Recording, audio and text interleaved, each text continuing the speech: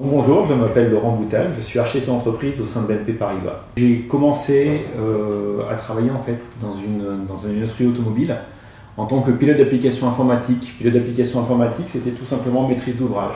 C'était à l'époque où la maîtrise d'ouvrage n'était pas encore, on n'avait pas encore intégré toutes les entreprises et l'entreprise dans laquelle je travaillais n'avait pas de maîtrise d'ouvrage en tant que telle, mais en tout cas je faisais office d'eux. Au bout de quelques années, j'ai changé pour m'orienter vers le secteur bancaire. Pourquoi le secteur bancaire? Tout simplement parce que l'informatique est au centre de l'activité bancaire. Dans l'industrie comme dans d'autres activités, l'informatique est un centre de coût, donc qui vient pour appuyer l'activité. Mais dans le secteur bancaire, comme dans beaucoup d'activités du tertiaire, l'informatique est au centre même de l'activité. Donc on n'est plus dans une relation client-fournisseur, où l'informatique est juste un fournisseur de services à un client final, mais on est dans une relation de partenariat.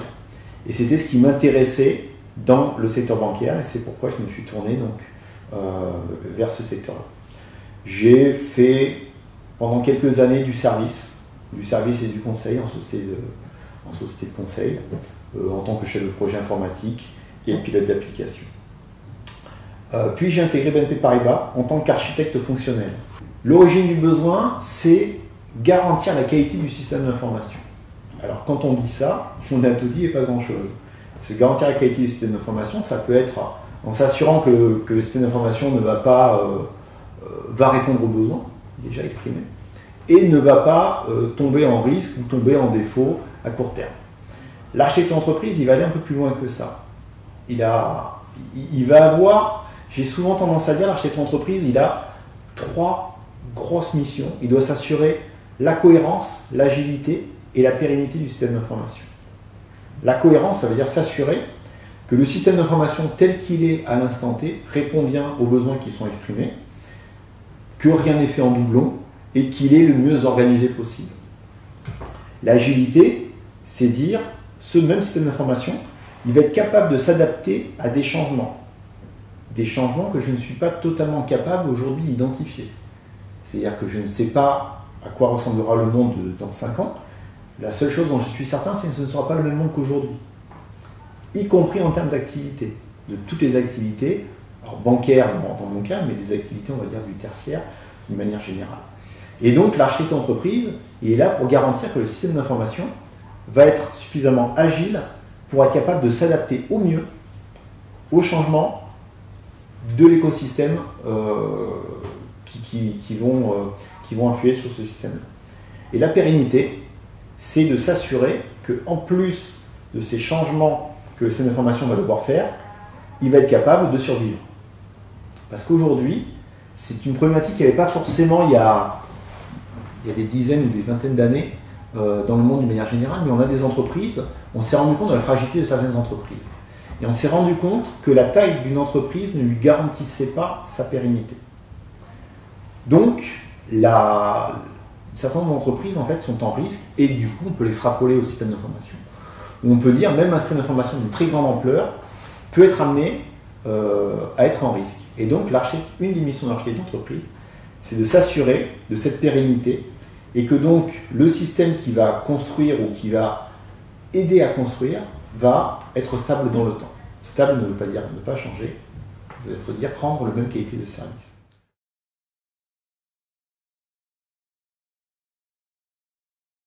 Il est très difficile d'identifier a priori le risque qui est porté sur les systèmes d'information en termes d'architecture d'entreprise.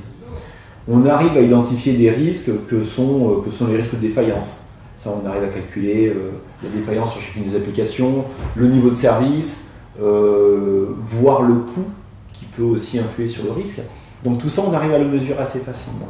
Faire prendre conscience du risque, c'est ce que je disais tout à l'heure, c'est-à-dire c'est faire prendre conscience aux gens, aux décideurs, aux managers du système d'information, que le système qu'on a aujourd'hui ne sera pas le même que celui qui sera demain.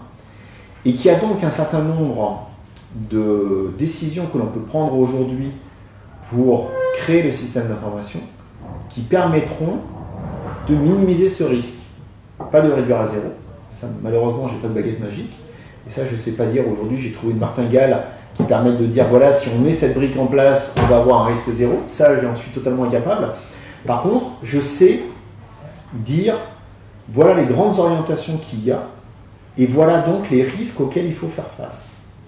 Alors, pour être un peu plus concret, quelles sont ces grandes orientations? Les grandes orientations, il suffit d'écouter les actualités pour les connaître, c'est la mondialisation. On est dans un système où on s'ouvre de plus en plus. C'est la volatilité des clients.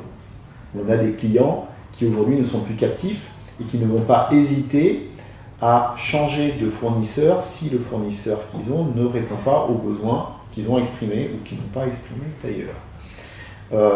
Donc voilà, il y a un certain nombre d'événements extérieurs comme ça qui font que notre monde change et qu'on doit donc mettre en place des briques de systèmes d'information qui permettront de répondre à ces risques-là. Architecte d'entreprise est quelqu'un effectivement qui doit être un guide, un support, voire un soutien aux différents acteurs du système d'information. Alors je suis volontairement vague, parce que différents acteurs du système d'information, ça va du manager, du DSI qui va donner les grandes orientations de son système d'information, jusqu'au chef de projet, jusqu'au développeur, qui lui va implémenter clairement des briques de ce système-là.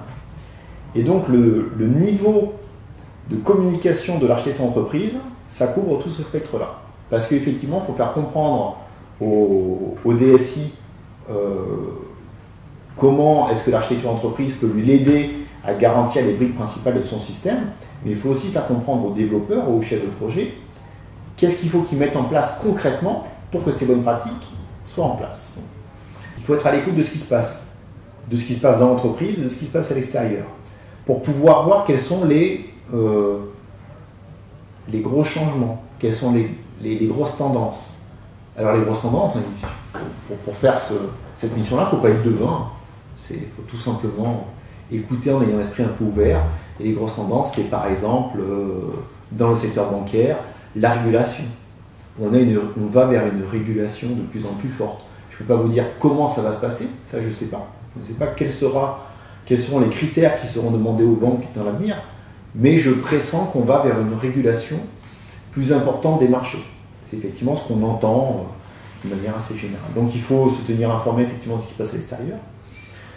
Se tenir informé de ce qui se passe à l'extérieur, c'est aussi dans le secteur bancaire, être à l'écoute des nouveaux acteurs qui arrivent sur le marché bancaire. Non pas comme des craintes ou comme des risques, mais tout simplement pour encore une fois, permettre de créer un système d'information qui permettra de s'adapter à ces changements qu'on va pressentir.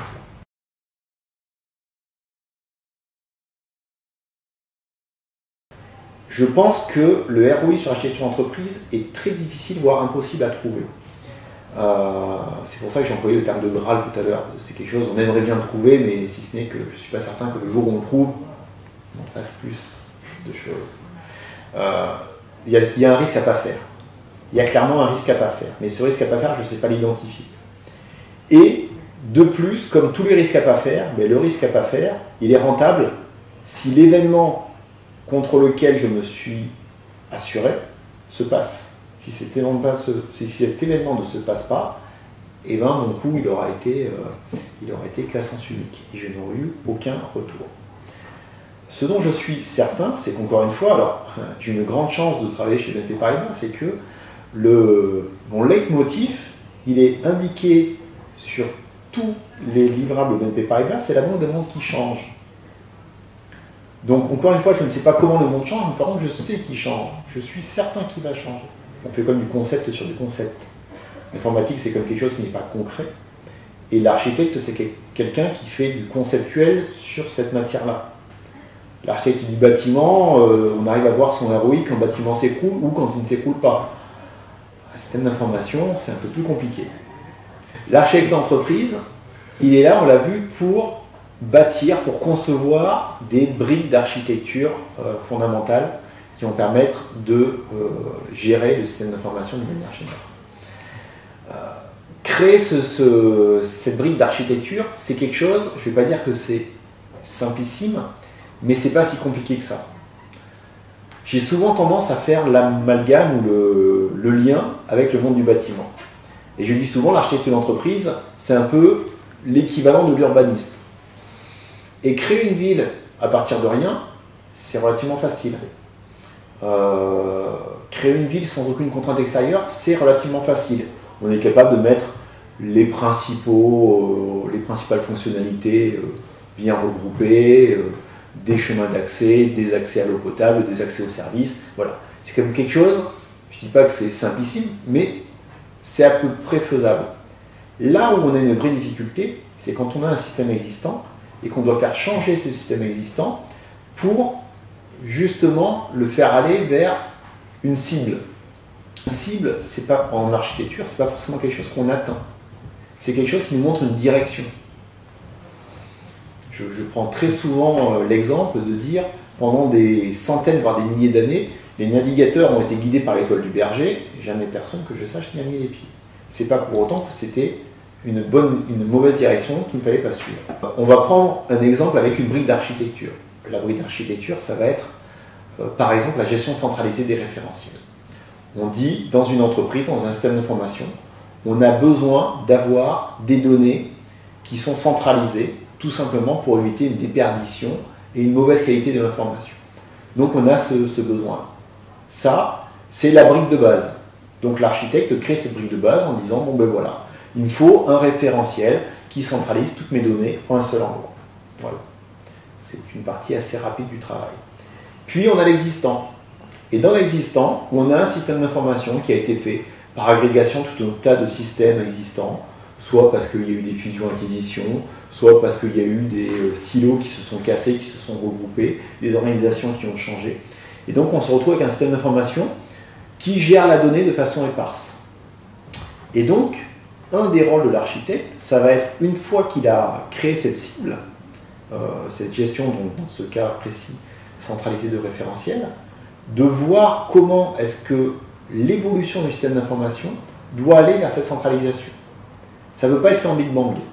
On ne peut pas dire du jour au lendemain, on va arrêter l'activité, on va mettre en place cette brique, et puis on rouvrira les vannes quand ce sera en place. C'est impossible. Non seulement c'est impossible, mais je pense que ce n'est pas souhaitable. Parce que l'énorme avantage qu'il y a de gérer cette transition, c'est que ça permet d'avoir une continuité de service, de continuer à répondre aux besoins tout le temps.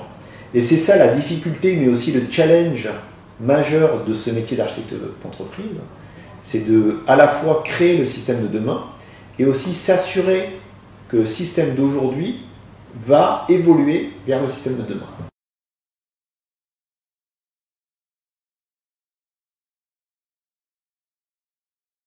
Pour moi, il y a deux façons effectivement de contrôler la donnée.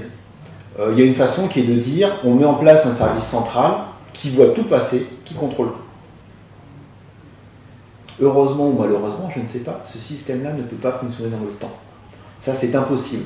De par la qualité d'information que les entreprises et les systèmes d'information ont à gérer, ce système de contrôle centralisé de l'information ne peut pas fonctionner.